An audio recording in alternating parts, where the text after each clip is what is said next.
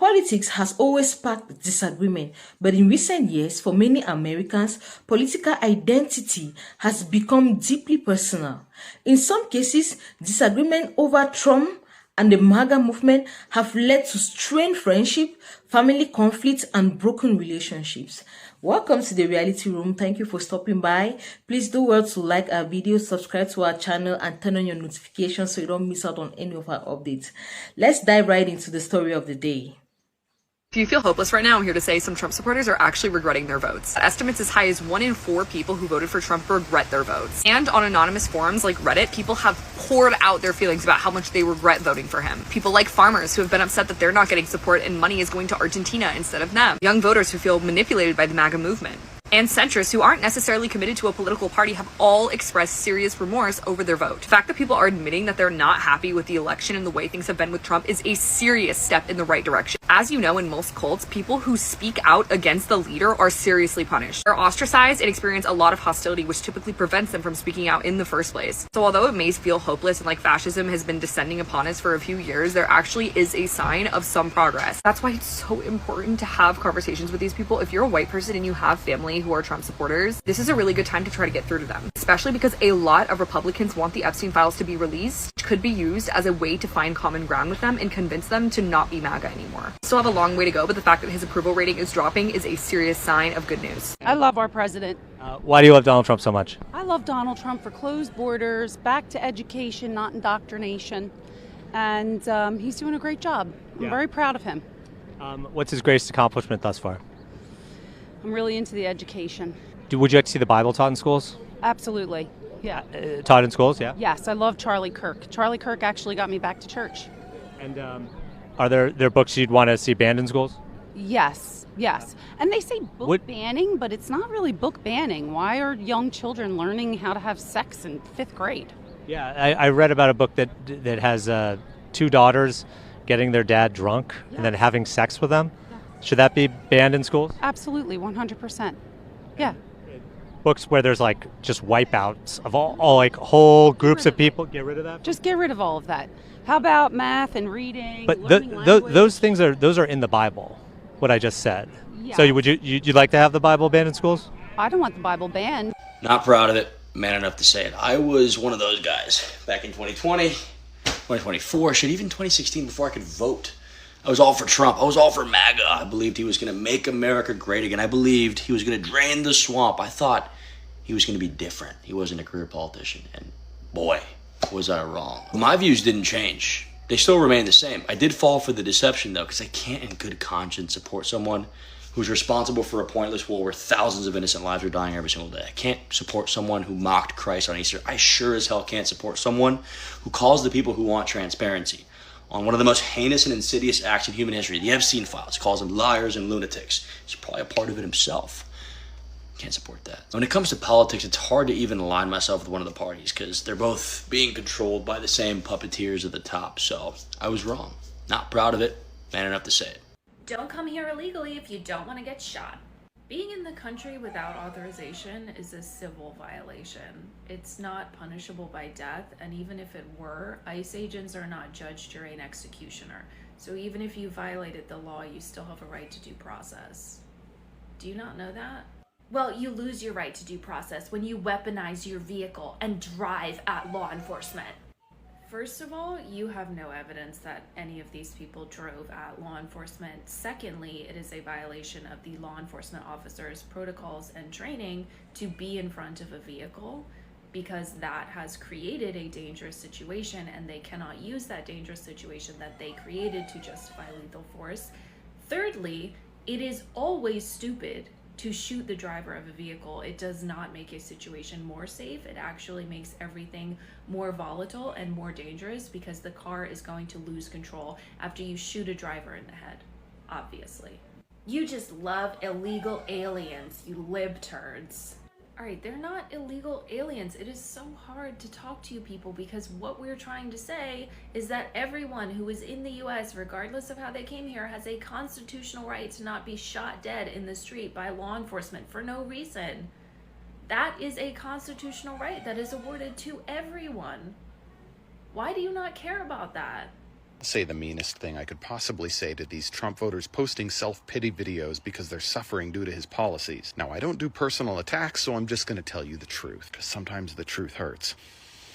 You don't get to complain. You definitely don't get to complain about the lack of leadership or ideas coming from Democrats, because we didn't do this to us. You did this to us. If you and I are driving down the interstate together and you reach over and grab the wheel and you steer us into a 200-foot deep ravine full of lava and sharks because you think big interstate is corrupt and you thought it would be funny to shake things up, when I scream at you as lava sharks eat our legs, you don't get to be mad at me for being mad at you, because it was my idea to stay on the interstate, and it was your idea that ruined everything for both of us. You don't get to ask what Democrats would do differently with the economy. You don't get to ask what Democrats are doing to help us right now. Those are 2024 questions, but we're in 2025 consequences. This era of the United States right now, this is about the president you elected, the cabinet secretaries your Senate confirmed, the cowering Republicans you elected to obey him in Congress, and all of the very real consequences resulting. We told you these things were going to happen and we gave you lots of warnings, but you grabbed the wheel anyway. If you want to know what Democrats would do differently, look at the track record going back to the Great Depression. Economic growth, job growth, wage growth, retirement plan growth, all of these things have been better under Democratic leadership than Republican. If you like these things, you vote for Democrats, because it's what Democrats do. I don't care if you like the Democratic candidate. I don't even care if you understand how the policies work. And I'm not going to ask you if you believe me, because every chart and every graph that matters at the highest level for the middle class proves me right over the past 100 years. I'm only going to ask you that over the next year and a half, you come to grips with this fact, so you don't make the same mistake again.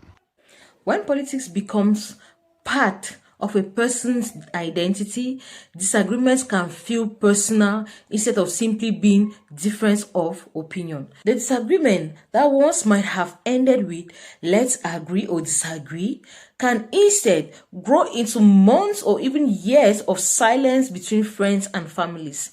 Perhaps the biggest lesson from these stories is that elections eventually end, but relationships often last much longer. Whether someone supports Donald Trump, another Republican candidate, a Democrat, or a non-political party at all, maintaining respectful conversation can be difficult but also very important. MAGA was right, and it humbles me to say it. I don't know if they got a crystal ball or what, but my MAGA friends told me during the 2024 election that if I voted for Kamala, gas prices were going to spike, grocery prices were going to go up, and we were going to be at war with the Middle East, all within 2 years. Well, I didn't listen. I voted for Kamala. Hasn't even been 2 years, and every single one of those things has happened. Maybe unpopular opinion, but I actually don't think that the people who are starting to wake up and leave the MAGA movement deserve any grace whatsoever from me. You all were told straight to your faces what to expect. You had all the access, all the resources, all the time to see what was in Project 2025. If you didn't read it, that is not on me. Mocking that reporter wasn't a deal breaker. Grab her by the wasn't a deal breaker. All the lawsuits, the scandals, the files, those weren't deal breakers. Him filing for bankruptcy wasn't a deal breaker. E. Jean Carroll wasn't a deal breaker. The censorship of the media wasn't a deal breaker for you.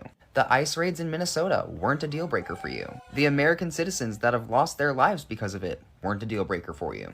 But now, gas is expensive. And he started a war. And things are starting to affect you now. Now, all of a sudden, it's not what you voted for. So you're saying that all the other stuff was fine, that's what you voted for, but not this.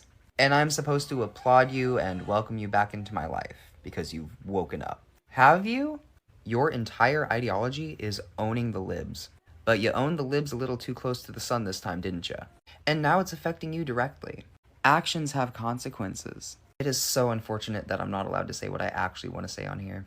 If you want free healthcare, then maybe try working instead of whining on TikTok about capitalism. So I'm no longer going to be guilt tripped by people who think that my paycheck is community property. If you want free stuff, then move to California. And I'm over arguing with people who say that healthcare is a human right. Why is it always the usual suspects? Listen, lady, roughly 26 million Americans are uninsured, which is only around 8% of the country. And pay attention when I tell you this. Because of this current administration, you are paying more taxes than billionaires in this country. That is fact. Why do you guys aim your frustrations at the helpless and underprivileged? You always do this. You continue to scapegoat people and stereotype every single one as lazy without knowing anything about them. In fact, you guys are prime examples that the propaganda is working. You don't want your tax dollars to go towards helping people that otherwise would literally die? Fine. Okay, that's great for you. It shows a lot about your moral character. That's awesome. I'm sure that's just what Jesus would have done as well, right? But tell me this, why the fuck are you so silent when it comes to the fact that your president just gave Argentina 40 billion of your tax dollars? It's funny how you don't seem to give two shits about that news now, do you? And by the way, no matter how bigoted you are towards helping people in poverty like single mothers, homeless veterans, the disabled, and whoever else needs it, healthcare is a human right. So for all you fucking MAGA snowflakes that voted for Trump for the economy, for gas prices and cheaper eggs, I want to tell you something that you probably don't know because you don't know how to do research. Trump announced his 25% tariff on Mexico and Canada today, and that sounds great, wonderful, except for the fact that only about 10% of the oil that we use in the US comes from the Middle East. You know where the rest of it comes from? Mexico and fucking Canada. So guess what? When gas prices are up at 45% in the next 6 months, I'm going to go around and I'm going to stick those stupid fucking stickers that you guys put on the gas pumps during COVID when Biden was president. Only this time it's going to have Trump's face and it's going to say, I did that. And you guys are going to have to fucking look at it and I'm going to laugh. Would you throw away years of friendship because you found out your friend was a Trump supporter? So one of my friends, who's indigenous, found out that one of her friends is a Trump supporter. They've been friends about 6 or 7 years, and it just never came up in conversation. I think it could be because they might have just assumed the other one had the same belief system, and it just didn't come up. Well, it came up today. So my friend said something about being upset about how Trump's administration wants to basically rewrite history and get rid of things in the African American community, in the indigenous Native community, the Mexican American community, just all of it. And then the other person went in. So my friend feels completely betrayed. She's like, how could you possibly? So she's confused. She's like, how could I have a friend who feels this way about people who look like me? So that is what she's going through. So what would you do? When you look back at old clips of Donald J. Trump, it's almost like he knows what he's talking about. Look what he said back in 2024 about Minnesota, and look who just happened to call him a liar. Thank you, Maze Moore, for this clip. Look at this. Here in Minnesota, you've seen firsthand the problems caused with faulty refugee vetting, with large numbers of Somali refugees coming into your state without your knowledge, without your support or approval. My next source knows firsthand what follows political rhetoric like that. The Democrat from Minnesota, Representative Ilhan Omar. That this manic, dangerous liar cannot be reelected as president of... Imagine that. And guess who has their comments turned off on X today? Ilhan Omar. It's a great time to be alive, folks. All you have to do is pay attention and then share it for your peers so they can see as well. Have a great day, Patriots. Would you vote for someone that's been held legally responsible for sexual abuse? That wasn't a fair conviction at all. What was unfair about it? It was completely inaccurate. The area where they held it in Manhattan, there's very few Trump supporters there. He wasn't found liable by a jury of his peers. It was a jury of his peers. There were 9 jurors, 7 men and 2 women. The lawyers actually select the jury. Yeah, so did Trump hire bad lawyers? No, if there's not very many good ones to pick from, what are they going to do? So you think all the jurors in selection are bad? I didn't say that. Don't put words in my mouth. No, but is that what you believe? I didn't say that. But is that what you believe? I didn't say that. I'm done with you. I think that you're trying to push an agenda, which I don't agree with. What agenda do you think that is? The other side. So something that you disagree with? The other side. So do you not want to interact with people you disagree with? Because it's a losing game. A losing game if you interact with people who disagree with you? The question isn't simply whether someone supports MAGA or opposes it. The bigger question is whether Americans can find a way to disagree without allowing politics to completely define their relationships. That's a challenge facing families, communities, and the country as a whole. What do you think? Have political differences affected relationships in your own life? Or do you believe the media exaggerates how divided Americans really are? Let me hear your thoughts in the comment section. It's time to speak up. Well, it appears the joke's on me. It appears I have been the biggest fool alive.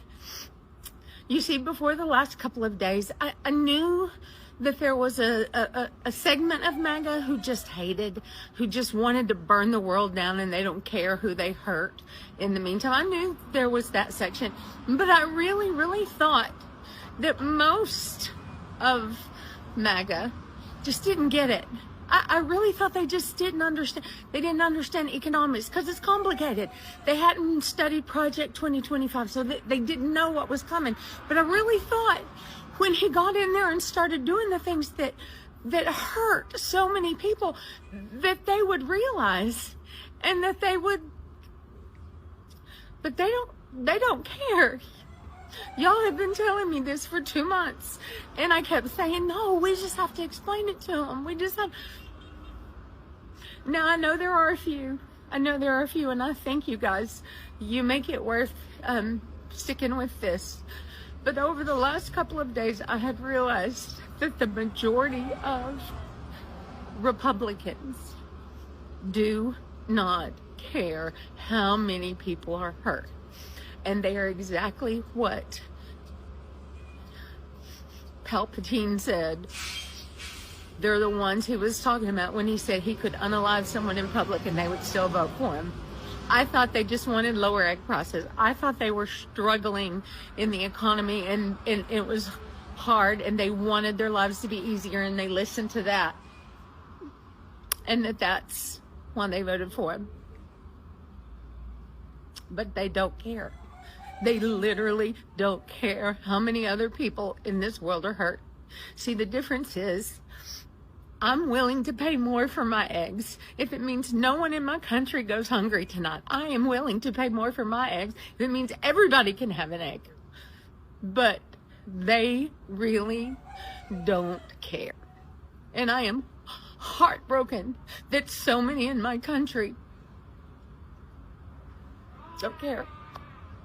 That so many won't go love their neighbor. But I want to thank those of you who are. You're the ones keeping me going. Go love your neighbor. The American flag stands for compassion, kindness, liberty, justice for all. We're all human, and today I'm asking for one human act of compassion to please let my dad come home. Quick question. Did you think that the American flag stood for compassion and kindness when you voted for who you voted for? Because let me show you something. And the science and experience we've developed here will live on through you.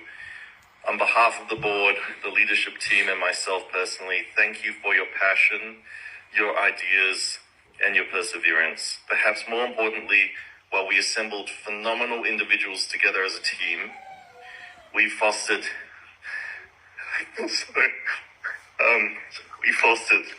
an even more phenomenal culture together. While war in its current state will not continue, our culture will ensure so many of these relationships will continue going forward, both professionally and personally. Your work mattered. It still matters. That was my CEO shutting down our entire company, where that man has dedicated his life to science and treating cancer patients such as your father. And we had to stop. All of us got laid off because of your vote. So let me ask you another question. Would you still regret your vote if this didn't happen to you personally? Because I went back a couple of videos on your page to find out where was the outrage when this happened to a child, an American child that was deported mid-cancer treatment. And what I saw on your page was you being hot. I didn't see you being outraged. I didn't see you being upset. I didn't see you speaking up. So your cry is not really regret or remorse. Your cry is entitlement. You're crying because you were told no. You're crying because they denied you. Because if they had accepted your father to stay here, you wouldn't regret your vote. You would think that your president was still your hero. Because the outrage, the remorse, and the regret should have started months ago when this was happening to other people. When this was happening to thousands of other people that also have families, they also have children, they also have wives. You didn't care back then. Now you care? For many people, the MAGA movement represents patriotism, border security, economic priorities, and standing up against what they see as the torch of political establishment. Whereas other critics, however, the movement represents something very different. They believe it has contributed to deeper political polarization and has changed how people interact with one another. Some people have shared stories of how they no longer speak with families, friends, because political conversation became hostile. Others say friendship ended after repeated disagreements over election, immigration, and social issues. At the same time, many MAGA supporters say they feel judged, they are excluded because of their political belief. They argue that expressing their support for Donald Trump has sometimes resulted to criticism from colleagues, neighbors, and even close friends. The reality is that these experiences vary from person to person. Not every supporter has gone through this, and not every family has been divided by politics, but enough people have shared these experiences that the issue has become part of the national conversation.